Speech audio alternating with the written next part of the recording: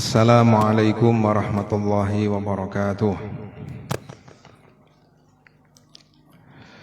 Ala ma nawa salafuna salihun wal jalbi ma sa'alallaha wa ala dafi ma sta'adallaha sayyiduna wa habibuna Muhammad sallallahu alaihi wasallam wa man huququn alaina minal aba'i wal ummahat minal muslimina wal muslimat. Al-Fatihah. A'udzu billahi minasyaitonir rajim. Bismillahirrahmanirrahim. Alhamdulillahi rabbil alamin. Ar-Rahmanir Rahim. Maliki yaumiddin. Iyyaka na'budu wa iyyaka nasta'in. Ihdinas siratal mustaqim. Siratal ladzina an'amta 'alaihim ghairil maghdubi 'alaihim waladdallin. Amin. Bismillahirrahmanirrahim. Alhamdulillah wassalatu wassalamu ala sayyidina Muhammad Rasulillah wa ala alihi wa sahbihi wa mawalah. Amma ba'du, Allahu yuwaffiquna fima yuhibbuhu wa yardah minal qawli wal amali wan niyyah. Semoga Allah subhanahu wa ta'ala memberikan kekuatan kepada kita di dalam melaksanakan ketaatan, baik berupa ucapan, perbuatan maupun keyakinan, maupun berupa perbuatan-perbuatan hati. Bijahi Sayyidina Muhammad sallallahu alaihi wasallam, dan karena kemuliaannya bulan Ramadan. Bismillahirrahmanirrahim. Lillahi ta'ala, kita melanjutkan hadis yang ke-19, Kitab Al-Arba'in An-Nawawiyah. Al-Hadith At-Tasi'a Asyarah An Abil Abbasi Abdillah ibni Abbasin. Diriwayatkan dari Abil Abbas, Abdullah ibni Abbas. Beliau bernama Abdullah, ayahanda beliau bernama Abbas, dan putra beliau bernama Abbas. Jadi ada anak, bapak dan anaknya lagi itu bernama Abbas. Radhiyallahu anhuma. Beliau itu tarjumanul Quran, bahrul ilmi. Beliau itu adalah orang yang ilmunya sangat luas bagaikan lautan. Orang yang ilmunya sangat bermanfaat bagaikan tinta. Tinta itu pasti dimanfaatkan oleh para pencari ilmu, maka beliau disebut sebagai al-habr, tinta. Orang yang kemanfaatan ilmunya seumpama tinta. Dari keturunannya inilah kemudian ada khalifah, para khalifah yang disebut sebagai al-khulafa al-abbasiyin atau abbasiyah, ya. Beliau dilahirkan 3 tahun sebelum hijrah, wafat dan dimakamkan di Taif pada tahun 68 Hijriyah pada saat kekhilafahannya Abdullah ibni Zubair. Nah, ini keponakannya Sayyidatuna Aisyah. An Abil Abbasi Abdillah ibni Abbasin radhiyallahu anhuma. An Abil Abbasi Abdillah ibni Abbasin radhiyallahu anhuma annahu qala kuntu khalfan nabiyyi sallallahu alaihi wasallam. Dulu saya pernah berada di belakang Nabi. Di belakang Nabi itu maksudnya berada di atas unta, Nabi berada di depan, dan Abdullah bin Abbas itu di belakangnya. Ardabani ala dabah arkabani khalfahu. Jadi Rasulullah itu karena ketawadhuannya, beliau itu kadang duduk di belakang, kadang duduk di depan gitu. Nah ini beliau Ibnu Abbas itu didudukan di belakang Nabi di atas kendaraan. Yauman, pada suatu hari. Faqala, kemudian Rasulullah karena melihat kecerdasannya, Tidak semua sahabat ini diberi wasiat seperti yang diberikan kepada Ibnu Abbas radhiyallahu anhuma. Rasulullah ini berwasiat secara khusus kepada Abdullah bin Abbas. Faqala, ya ghulam, ya ghulam. Panggilan Rasulullah kepada Abdullah ibnu Abbas. Karena apa? Karena pada saat itu Abdullah bin Abbas itu masih kecil, tapi sudah sangat terlihat atau sudah tampak kecerdasannya. Ya ghulam, wahai anak remaja, inni u'allimuka kalimatin. Inni u'allimuka kalimatin. Perhatikan, simaklah, sesungguhnya aku akan mengajarimu kalimatin. Kalimatin itu jamak muannas salim. Jamak muannas salim itu yadullu alal qillah. Jamak tapi maknanya sedikit. Nah, jam'u qillah itu menunjukkan bahwa ini kalimatnya sedikit tapi maknanya sangat luas. Maknanya begitu. Inni u'allimuka kalimatin. Wahai anak remaja, sesungguhnya aku, ingat, perhatikan, konsentrasilah, aku akan mengajarimu sedikit wasiat yang banyak maknanya. Maknanya seperti itu.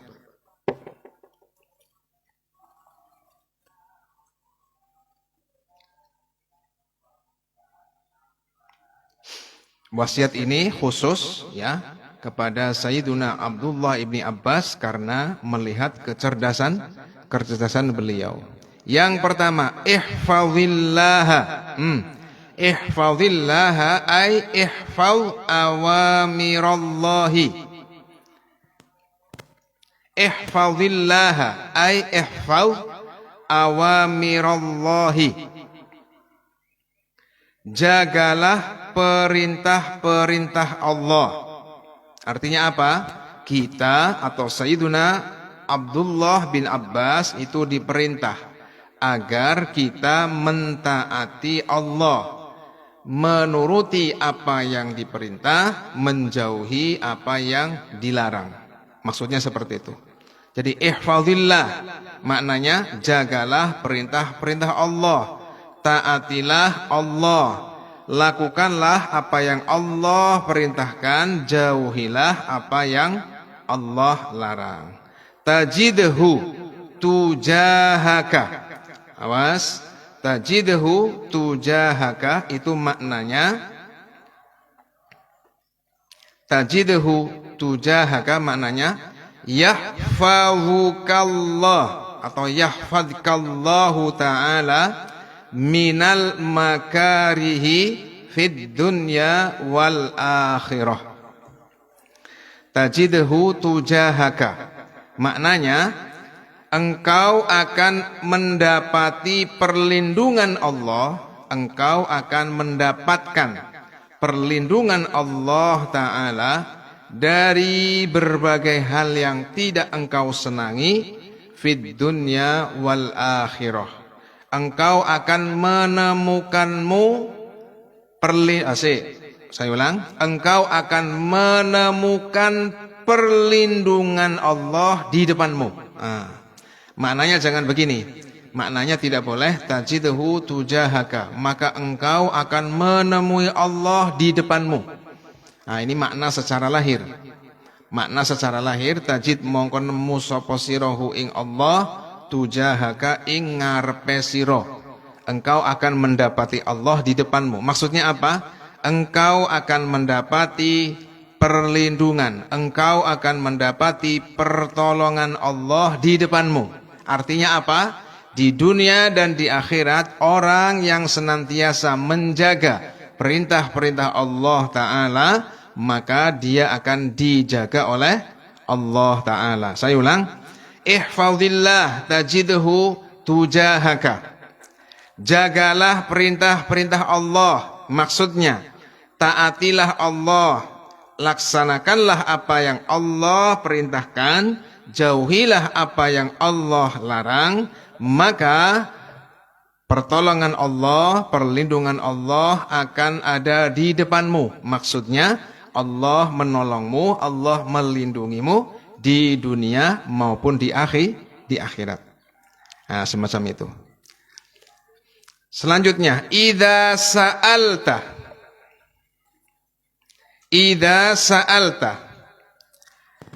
ay idza talabta, idza kana laka hajah, apabila engkau meminta, apabila engkau mempunyai kebutuhan sehingga engkau meminta.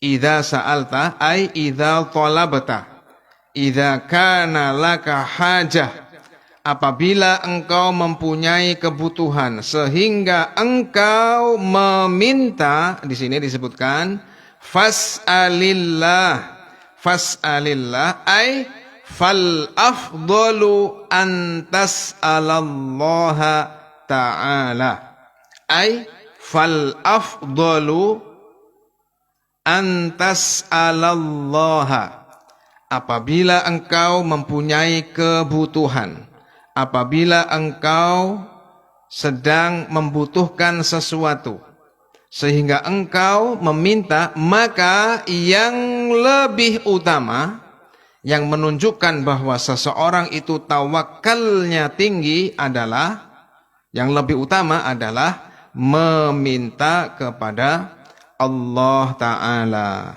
Nabi tidak mengatakan jangan meminta kepada selain Allah, tapi Nabi mengatakan fas'alillah, maka hendaknya engkau meminta, yang utama engkau itu meminta kepada Allah Ta'ala. Sebagai apa? Sebagai bentuk atau bukti bahwa seseorang itu tawakalnya sangat tinggi. Ini dicontohkan atau terjadi pada Sayyiduna Ibrahim alaihi salam. Sayyiduna Ibrahim suatu ketika pada saat beliau dijatuhkan di tungku apinya Raja Numrud.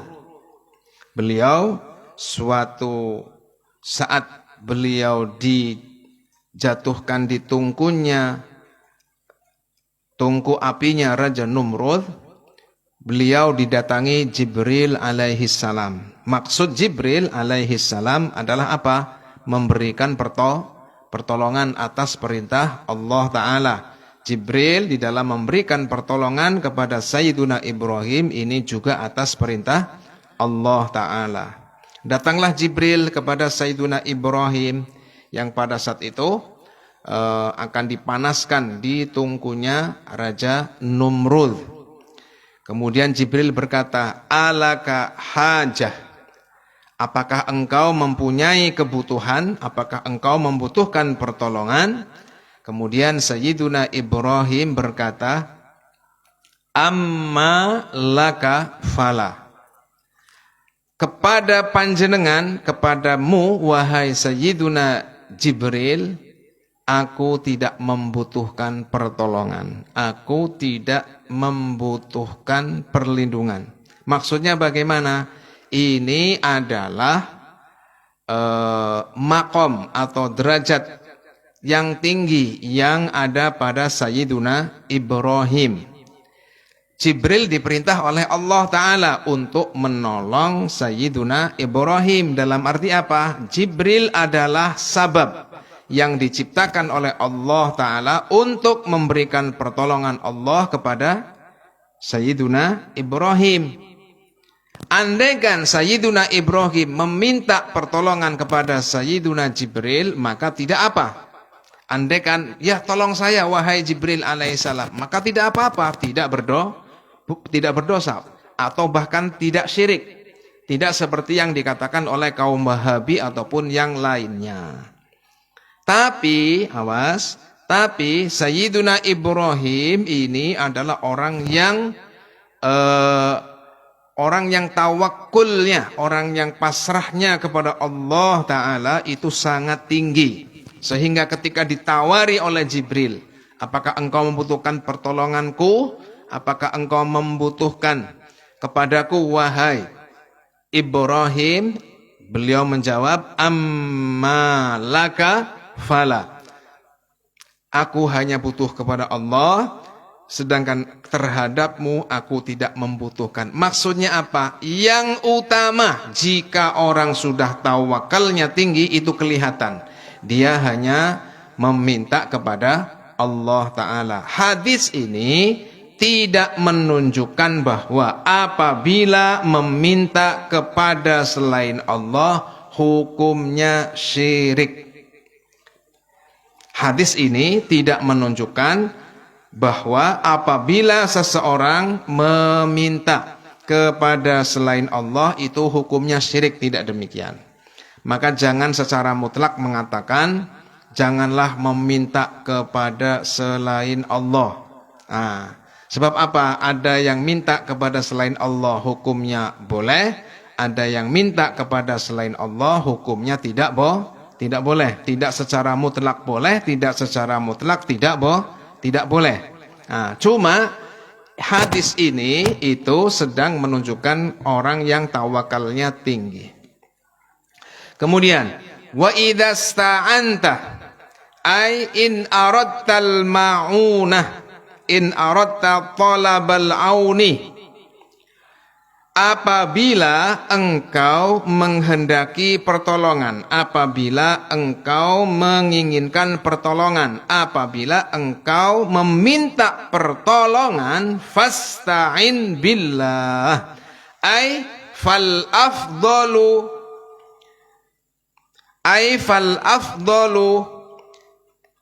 anista'anta billahi ta'ala. Apabila engkau meminta pertolongan, apabila engkau menghendaki mendapat pertolongan, fasta'in billah, maka yang utama adalah meminta pertolongan kepada Allah Ta'ala. Ini yang dimaksud dengan pertolongan secara khusus. Ada yang namanya isti'anah khosoh, ada yang namanya isti'anah ammah. Saya ulang. Isti'anah itu terbagi dua. Meminta pertolongan itu ada dua. Ada isti'anah ammah, ada isti'anah khosoh.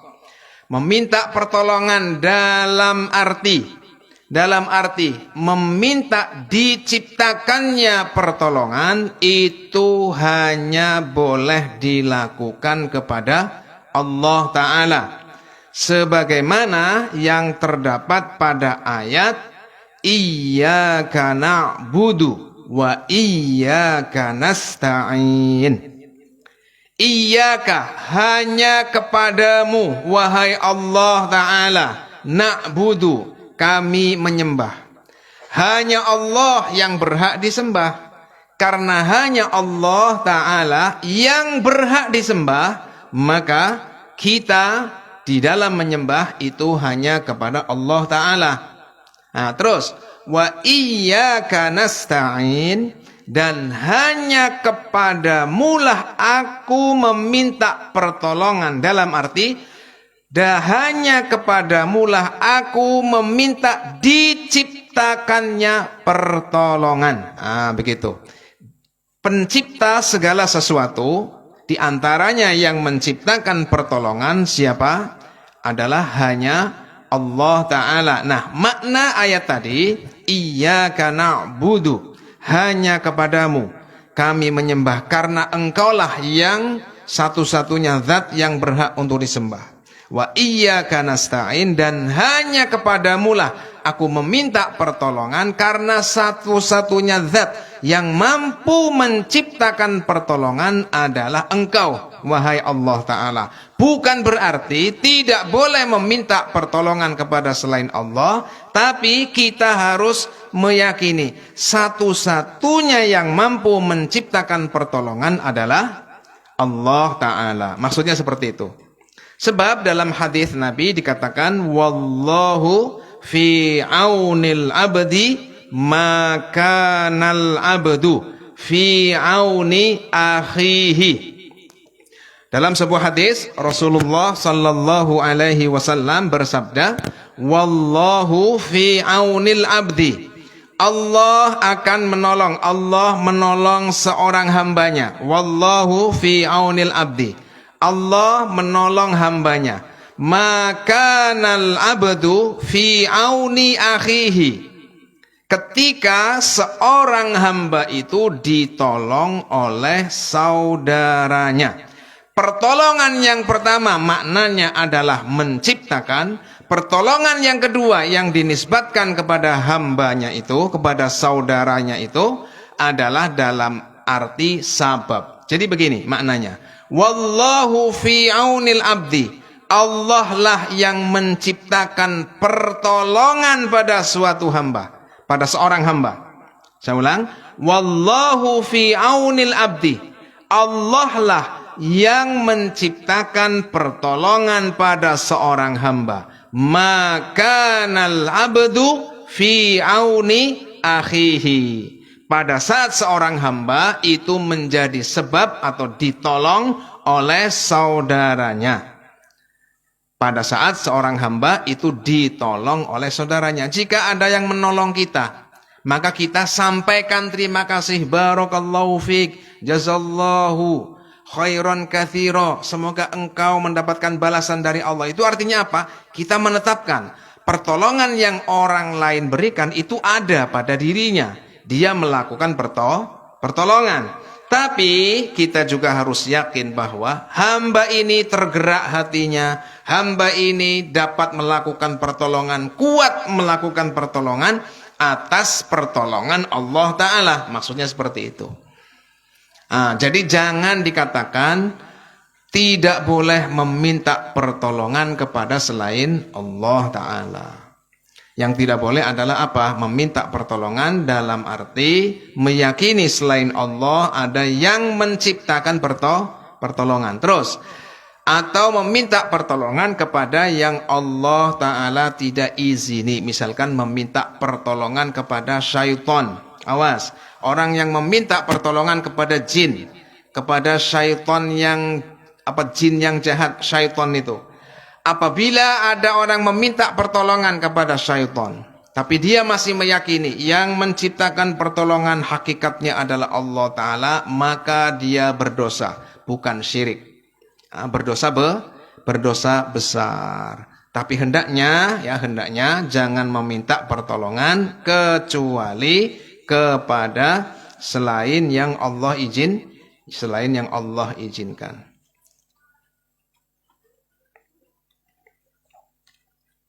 Ya, kita lanjutkan.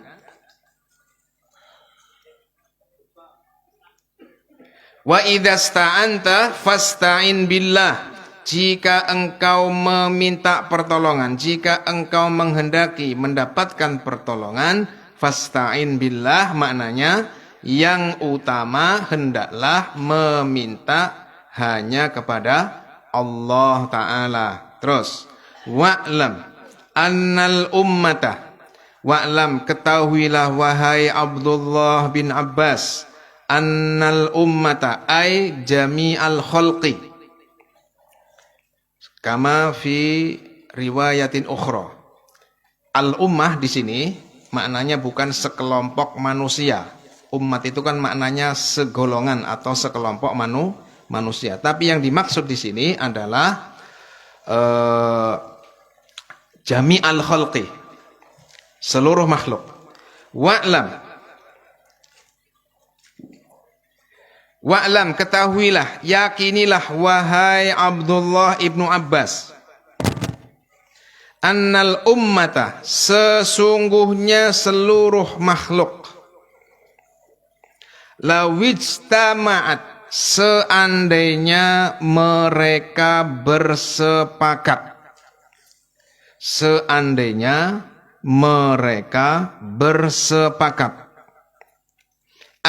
ala ayyang fa'uka, untuk memberikanmu, ala ayliyan fa'uka, ala, maknanya ini bukan makna ala doror, tapi ala maknanya yang manfaat, liyang fa'uka.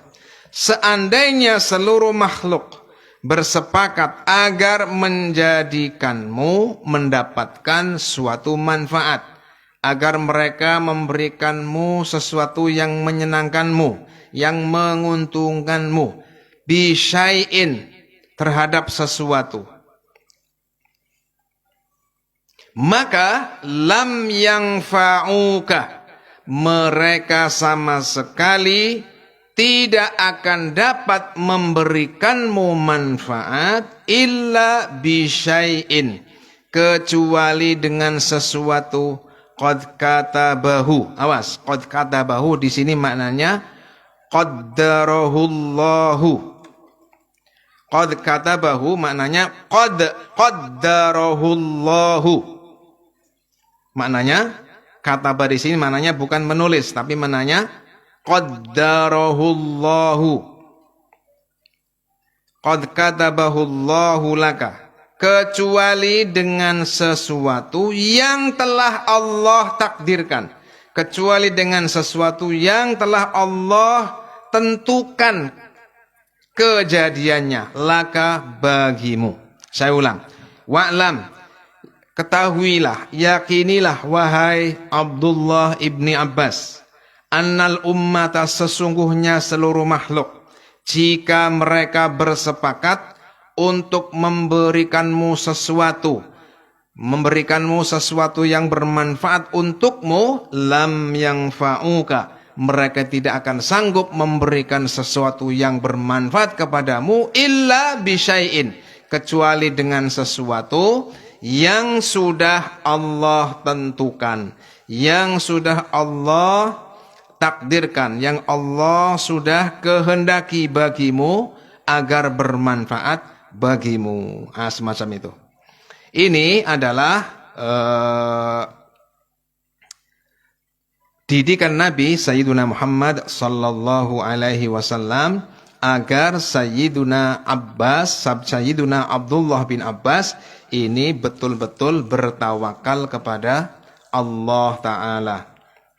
Jadi tadi, idza sa'alta fas'alillah wa idza sta'anta fasta'in billah. Kemudian wa'lam, seterusnya ini adalah kalimat-kalimat yang mendorong Sayyiduna Abdullah bin Abbas, mendorong kita sebagai umat Sayyiduna Muhammad sallallahu alaihi wasallam hendaknya betul-betul bertawakal kepada Allah Ta'ala. Tawakal itu apa? As-siqatul qalbiyah, keyakinan, kemantapan dalam hati bahwa segala sesuatu itu tidak ada yang memberikan manfaat kepada kita kecuali apa yang sudah Allah tentukan bagi kita, dan tidak ada sesuatu yang dapat membahayakan, yang merugikan kita kecuali apa yang sudah Allah tentukan terjadi pada diri kita. Itu yang namanya at-tawakal. Dan tawakal ini hukumnya wajib. Tawakal itu hukumnya wajib.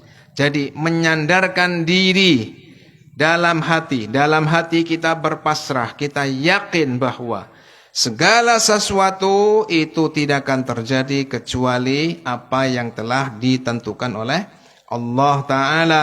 Nah, yang demikian ini hendaknya senantiasa ada, selalu tertanam pada hati diri seorang muslim. Nah, kadang-kadang kita lupa, kadang-kadang kita itu ghaflah. Kadang-kadang karena kita itu lupa, bukan tidak mengimani, tapi lupa. Ya, kadang-kadang ketika kita tertimpa musibah, maka Nabi mengatakan innamas sabru fis sadamatil ula. Sabar itu pada saat seseorang terhempas, pada saat seseorang mengalami, ketika dia pertama kali mengalami musibah, itu akan tampak dia itu sabar apa tidak. Nah, maka dikatakan innamas sabru fis sadamatil ula. Kesabaran itu akan tampak pada seseorang yang tawakalnya itu betul-betul tinggi, maka ketika pertama kali dia tertimpa musibah, dia pun senantiasa ingat Apa yang Allah tentukan pasti terjadi. Yang bermanfaat pasti terjadi. Yang madharat jika menjadi ketentuan Allah, maka juga akan terjadi. Kita lanjutkan. Wa inijtama'u ala ayyadurruka bisyai'in. Dan seandainya seluruh makhluk bersepakat untuk mencelakaimu dengan sesuatu. Dan seandainya seluruh makhluk mereka bersepakat untuk menjadikan sesuatu yang merugikan terjadi padamu. Semacam itu. Lam yadurruka. Maka mereka tidak akan mampu menciptakan kemadharatan terhadapmu. Illa bisyai'in, kecuali dengan sesuatu. Qad katabahallahu laka.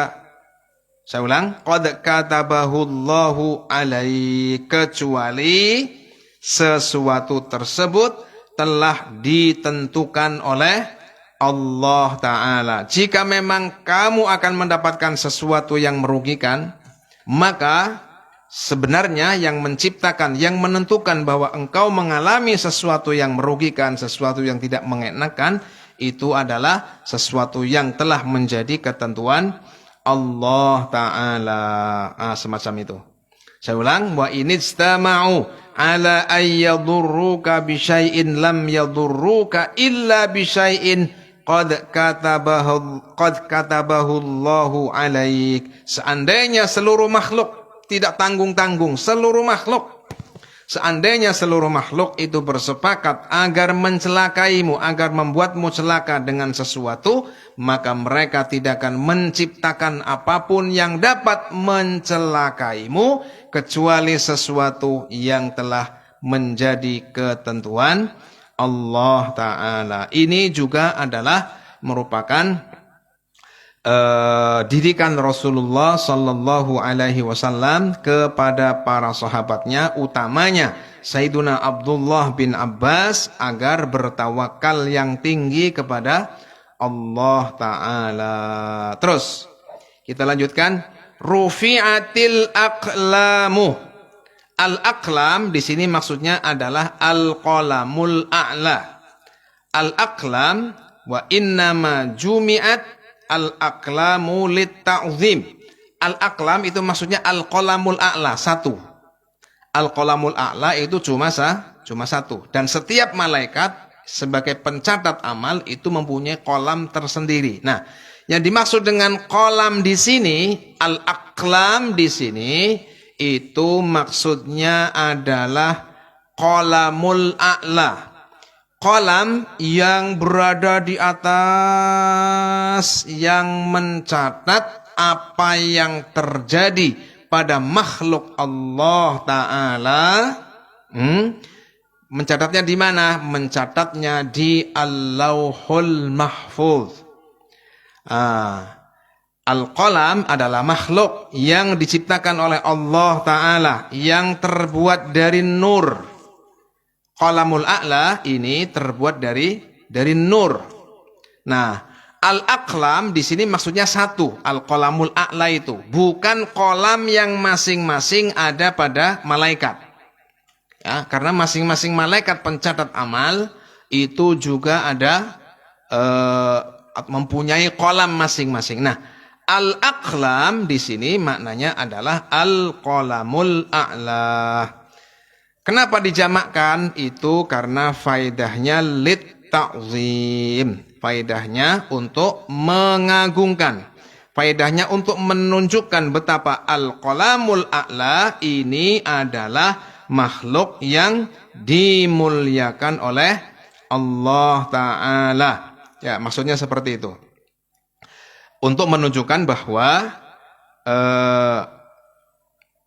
Al-Qalamul A'la adalah makhluk yang dimuliakan oleh Allah Ta'ala. Sebagaimana dalam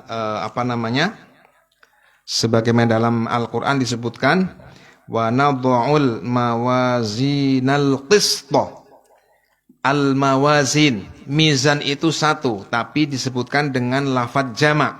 Itu maksudnya mizannya satu, tapi disebutkan jamak, maksudnya untuk mengagungkan. Mizan di akhirat nanti itu adalah sesuatu yang diagungkan, sesuatu yang dimuliakan oleh Allah Ta'ala, sesuatu yang apabila kita sudah mendengarnya, maka kita juga wajib mengagungkannya. Tidak boleh meremehkannya, maksudnya seperti itu. Ya, kadang-kadang dalam bahasa Arab lafadznya jamak tapi maknanya itu maknanya mufrad. Kadang maknanya untuk ta'zim. Nah, seperti dalam surat Kahfi, kalimatu rabbi, kalimatu rabbi itu maksudnya kalamullah. Kalimat di situ maknanya bukan berarti kalam Allah itu banyak. Tidak demikian, tapi maksudnya adalah mengagungkan sifat kalam Allah Ta'ala. Saya ulang. Rufi'atil aqlamu. Qalamul a'la itu sudah diangkat. Maksudnya apa? Faragha. Diangkat itu maksudnya sudah selesai. Bukan berarti betul-betul diangkat lah. Rufi'atil aqlamu ay faragha al-qalamul a'la. Terus wajaffatis suhufu ay jaffat al-kitabatul lati fiha. Jadi apa yang tertulis, yang ada, apa yang menjadi tulisan yang ada pada as-suhuf yang ditulis oleh al-qalamul a'la itu sudah selesai. Qalam sudah tidak menulis. Al-lauhul mahfuz tulisannya sudah tidak bertambah, tidak berkurang.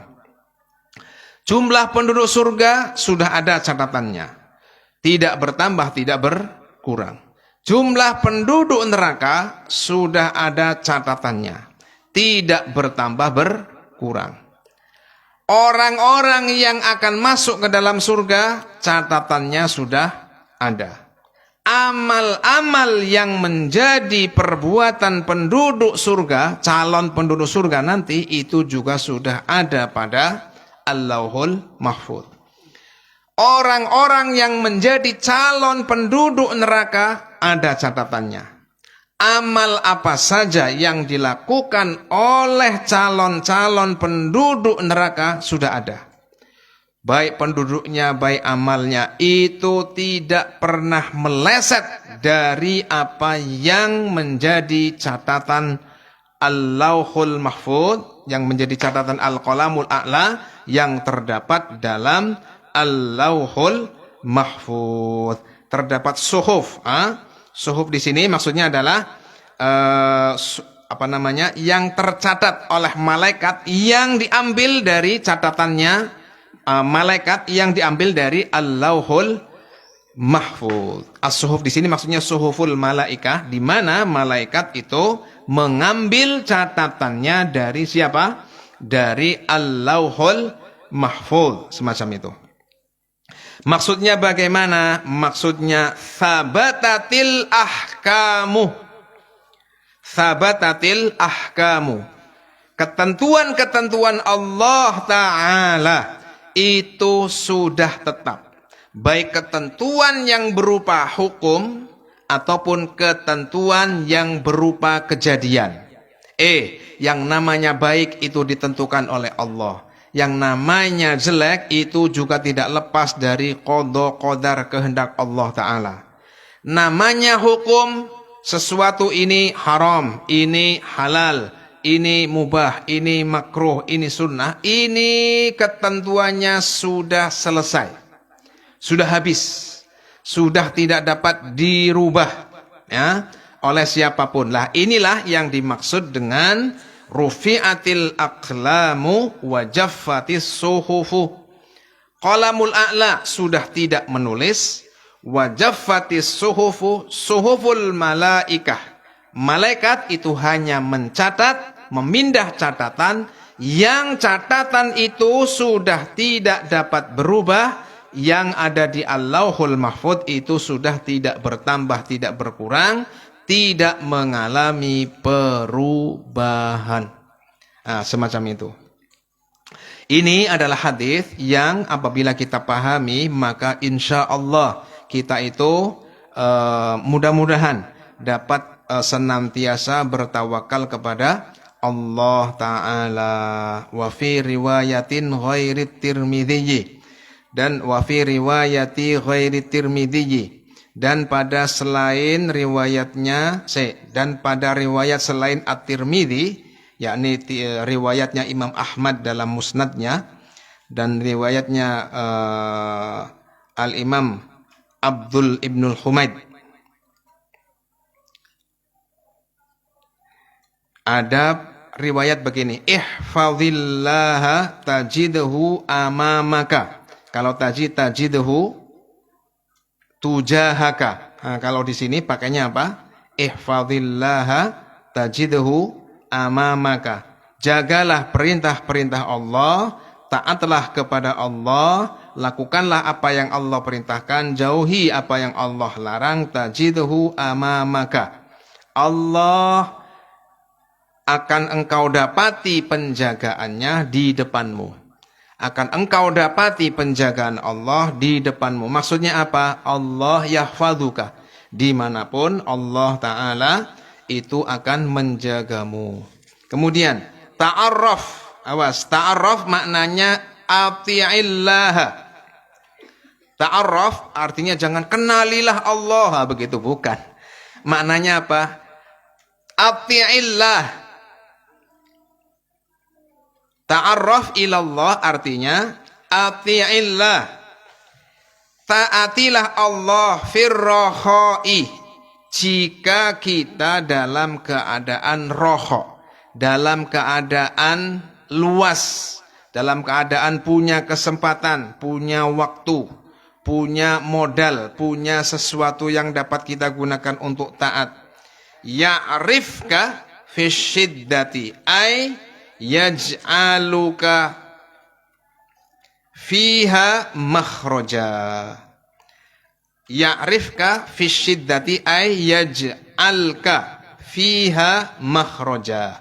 Maka pada saat kita kesusahan, Allah Ta'ala menjadikan makhraj, menjadikan jalan keluar.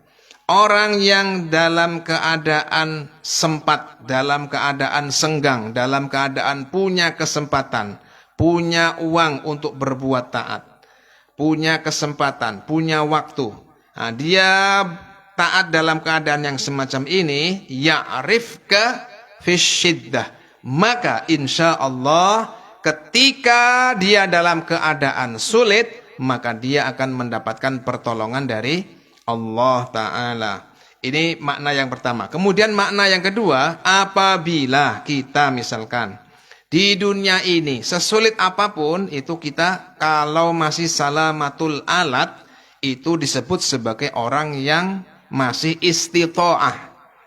Orang yang istita'ah. Orang yang melakukan sulit atau dinginnya wudu di waktu pagi subuh, atau dinginnya wudu ketika hendak sholat malam, sholat tahajud. Ini namanya dalam keadaan roho.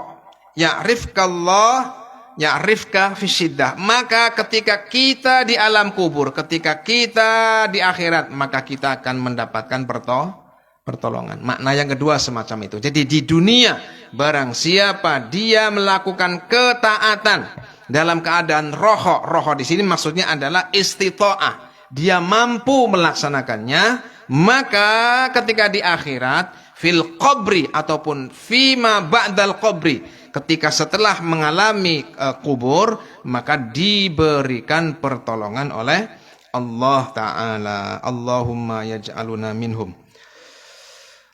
Ya Allah. Wa'lam annama, dan ketahuilah,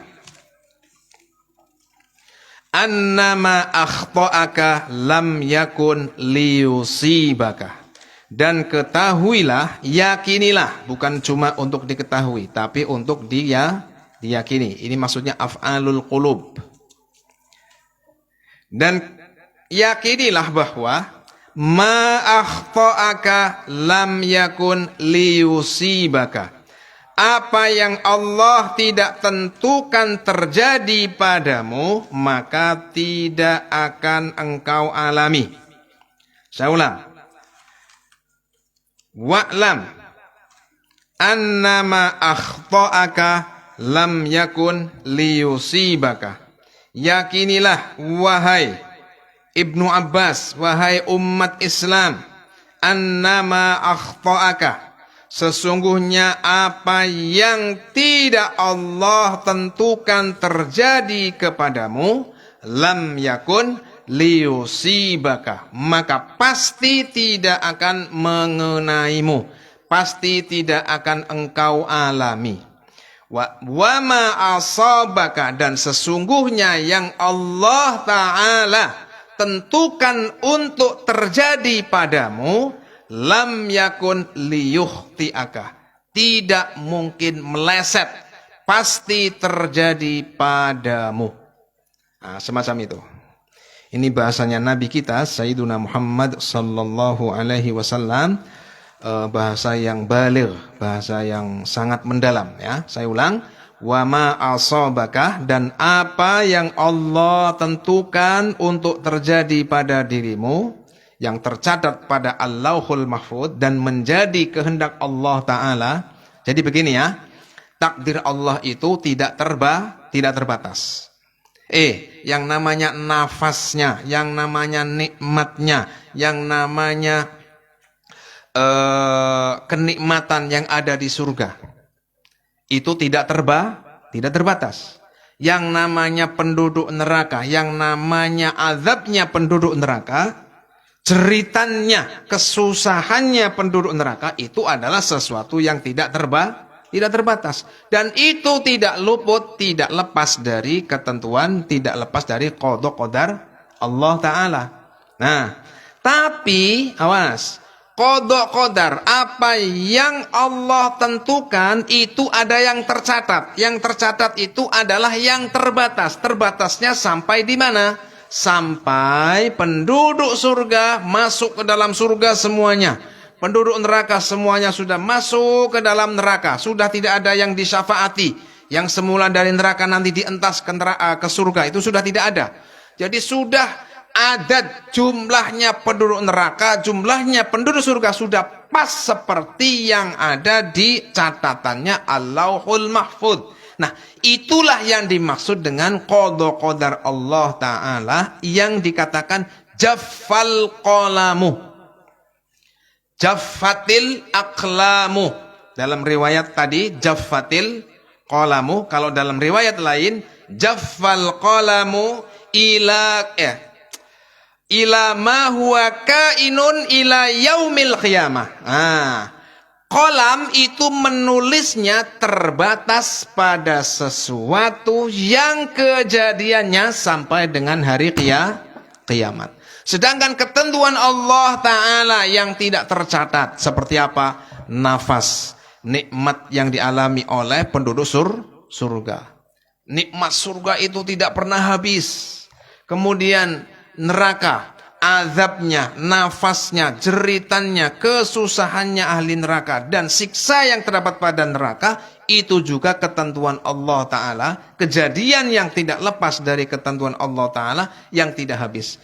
Jadi yang dimaksud dengan jaffatil aqlam, jaffal qalamu, wa rufi'atil aqlamu, itu maksudnya adalah ila ma huwa kainun ila yaumil qiyamah. Jadi ila ma huwa kainun ila yaumil qiyamah, itu maksudnya adalah sesuatu yang akan terjadi sampai dengan hari kiamat. Saya ulang, wa ma asabaka lam yakun liyukhti'aka. Apa yang Allah Ta'ala tentukan untuk kamu alami, untuk terjadi pada dirimu, lam yakun liyukhti'aka, maka pasti tidak akan meleset, pasti akan terjadi, pasti akan engkau alami. Wa'lam annan nasra ma'as sabri, dan ketahuilah sesungguhnya pertolongan Allah kepada hambanya ma'as sabri ay yujadu bi'aunillahi ma'as sabri minal abdi. Ketahuilah, yakinilah bahwa pertolongan Allah Ta'ala ma'as sabri itu ada. Karena pertolongan Allah Ta'ala apabila seorang hamba itu bersabar. Kemudian ada titik-titik, itu maksudnya dalam nuskhoh itu sebagian kosong semacam itu. Pada nuskhoh yang lain itu ada penambahan semacam ini. Wa annal faraja dan ketahuilah bahwa sesungguhnya al-faraj itu apa? Al-khuruj minal ghammi, lepas dari sesuatu yang menyusahkan, itu namanya al-faraj. Wa annal faraja, dan ketahuilah wahai Sayyiduna Abdullah bin Abbas, annal faraja, sesungguhnya lepas, berlalu dari sesuatu yang menyusahkan, dikatakan di sini ma'al karbi. Al-karbu huwa al-ghammu asyadid alladhi ya'khudhu bin nafas. Jadi kesusahan yang sangat yang dialami oleh seseorang, seakan-akan tubuh itu merasakan semua. Itu namanya al-gham, al-karb. Jadi wa annal faraja ma'al karbi, sesungguhnya berlepasnya atau terlepasnya seseorang dari kesusahan itu ma'al karbi, apabila telah mengalami kesusahan. Maksudnya apa? Al-karabu la yadum wasyiddatu la tadum. Kesusahan itu tidak abadi, kesusahan itu tidak abadi, kemudian kesengsaraan juga tidak abadi. Maksudnya semacam itu. Nah, ini hadis diriwayatkan oleh siapa? Diriwayatkan oleh Al-Imam At-Tirmidzi, dan pada riwayat selain At-Tirmidzi itu terdapat penambahan yang semacam tadi. Kemudian hadis yang ke-20. Terus apa sudah berhenti? Ngora hatam iki piye? Kalau dimulai lebih awal, insyaallah lebih cepat, insyaallah lebih banyak hadisnya. Insyaallah kita besok mulainya lebih cepat ya. Ya, mulai lebih cepat, jadi supaya satu pertemuan 2 atau 3 hadis. Kita ambilkan keterangan yang singkat-singkat saja. Kita baca sebagai tabarrukan. Bismillahirrahmanirrahim. Lillahi ta'ala al-hadithut tasi'a asyarah an Abil Abbasi Abdillah ibn Abbasin radhiyallahu anhuma annahu qala kuntu khalfan nabiyyi sallallahu alaihi wasallam yauma faqala ya ghulam inni uallimuka kalimatin ihfazillaha yahfazka. Ini dalam riwayat lain seperti itu. Kita baca yang riwayat kita ya. Ihfazillaha tajidhu tujahaka.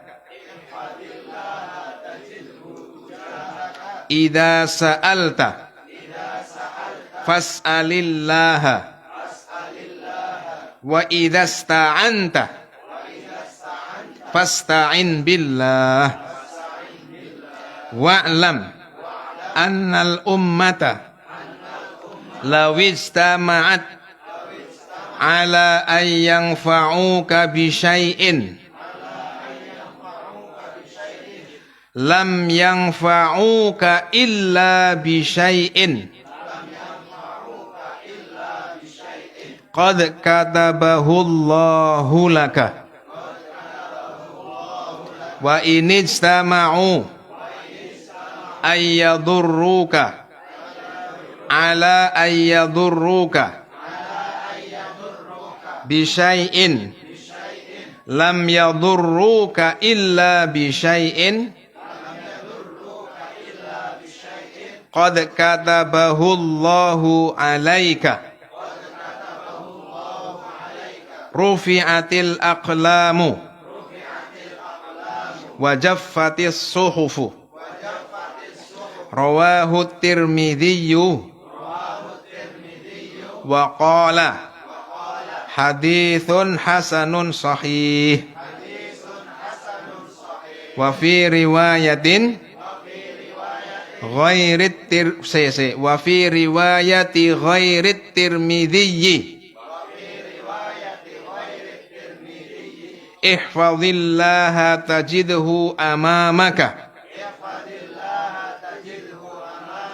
ta'arraf ilallahi firrakha'i ya'rifka fisyiddah wa'lam annama akhta'aka